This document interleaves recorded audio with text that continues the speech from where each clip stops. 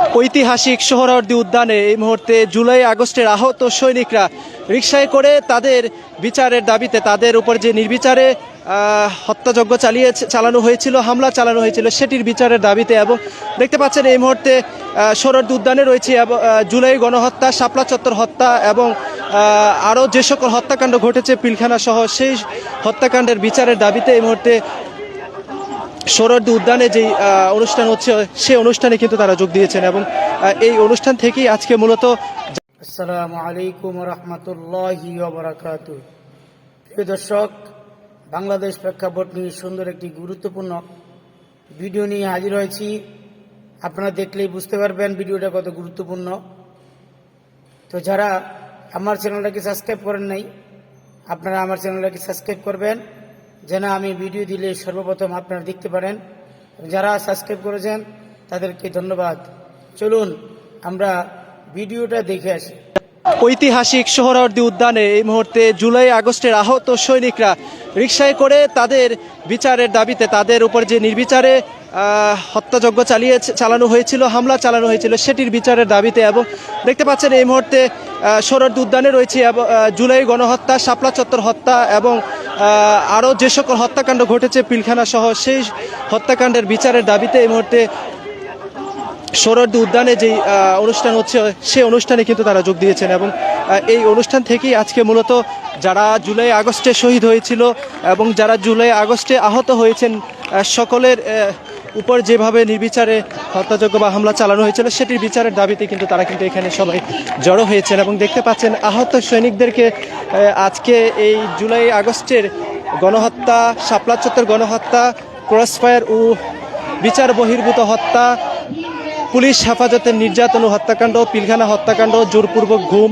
নানান ইস্যু নিয়ে যেই ব্যানারগুলো টানানো হয়েছে সেখান থেকে কিন্তু আহত সৈনিকদের পক্ষে কিন্তু এখানে কিন্তু সোচ্চার হবেন বা আওয়াজ তুলবেন ছাত্র জনতা এবং বিভিন্ন স্তরের মানুষ। এবং সেই জন্যই কিন্তু দেখতে পাচ্ছেন বিভিন্ন জায়গা থেকে যারা আজকের এই র্যালিতে অংশগ্রহণ করেছে বা আজকের এই প্রোগ্রামে অংশগ্রহণ করেছে সেই ঐতিহাসিক সোহরাওয়ার্দী উদ্যানে, সেখান থেকেই কিন্তু সবাই আজকে তাদের পক্ষে কিন্তু বিচারের দাবি জানাবেন। এবং আমরা দেখতে পাচ্ছি যে বৈষম্যবিরোধী ছাত্র আন্দোলনের অন্যতম সমন্বয়ক হাসনাত আবদুল্লাহ কিছুক্ষণ আগে এই মিছিলের নেতৃত্ব দিয়েছেন। এবং আমরা মঞ্চে দেখতে পাচ্ছি এই মুহূর্তে সার্জিস আলম মঞ্চে রয়েছেন। এবং আজকে সকল ধরনের হত্যাকাণ্ডের বিচারের দাবিতে কিন্তু তাদের এখান থেকে তারা সকল হত্যাকাণ্ডের বিচারের বিরুদ্ধে কিন্তু আজকে তারা প্রতিবাদ তুলবেন এবং এখান থেকে কিন্তু আহ্বান জানাবেন যাতে করে সব ধরনের হত্যাকাণ্ডের বিচার করা হয়। এবং আমরা দেখতে পাচ্ছি সরাসরি দেখানোর চেষ্টা করছি অভ্যুত্থানের অগ্রসেনানী বৈষম্য বিরোধী ছাত্র আন্দোলনের নেতৃবৃন্দ, আমরা তাদেরকে স্বাগত জানাচ্ছি এবং সামনে দর্শক সারিতে আসন গ্রহণ করার জন্য অনুরোধ জানাচ্ছি। আমরা এই অনুষ্ঠান স্থলের আশেপাশে যারা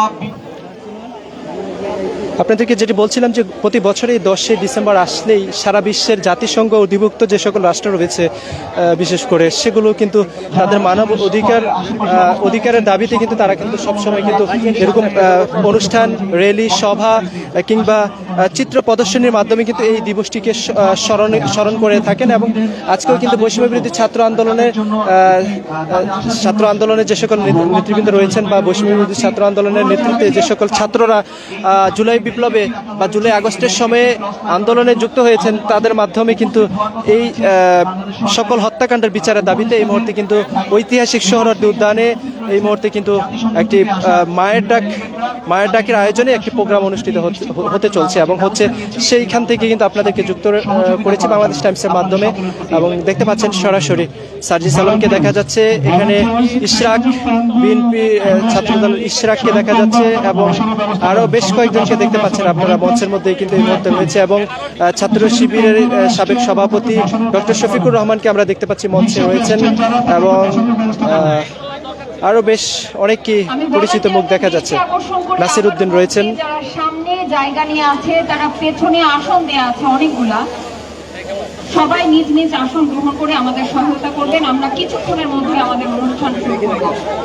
দর্শক, আজকে আমরা এখানে সবাই বিচারের দাবিতে এক হয়েছি, আওয়াজ তুলতে এক হয়েছে। আমরা আজ মনে হয় সকলে বিচারের দাবিতেই জড়ো হয়েছি। গত 15 বছর ধরে যে ফ্যাসিস্ট সরকার আমাদের উপর নির্যাতন অত্যাচার চালিয়েছে, আমরা তার বিচারের দাবিতে আজ সকলে এক হয়েছি। দর্শক, বিভিন্ন সময়ে বাংলাদেশে যে সকল হত্যাযজ্ঞ হয়েছে সে সকল হত্যাযজ্ঞের ব্যাপারে আপনাদের অভিমত অবশ্যই আমাদেরকে জানাতে পারেন, এবং এই জুলাই আগস্টে যারা এখনো আহত অবস্থায় রয়েছে বা যাদের বিচার এখনো হয়নি সে সকল বিচারের দাবিতে আসলে বিচারের বিষয়ে আপনারা কি ভাবছেন সেগুলো আসলে আমাদেরকে কমেন্টস করে জানাতে পারেন, লাইভটি শেয়ার করতে পারেন।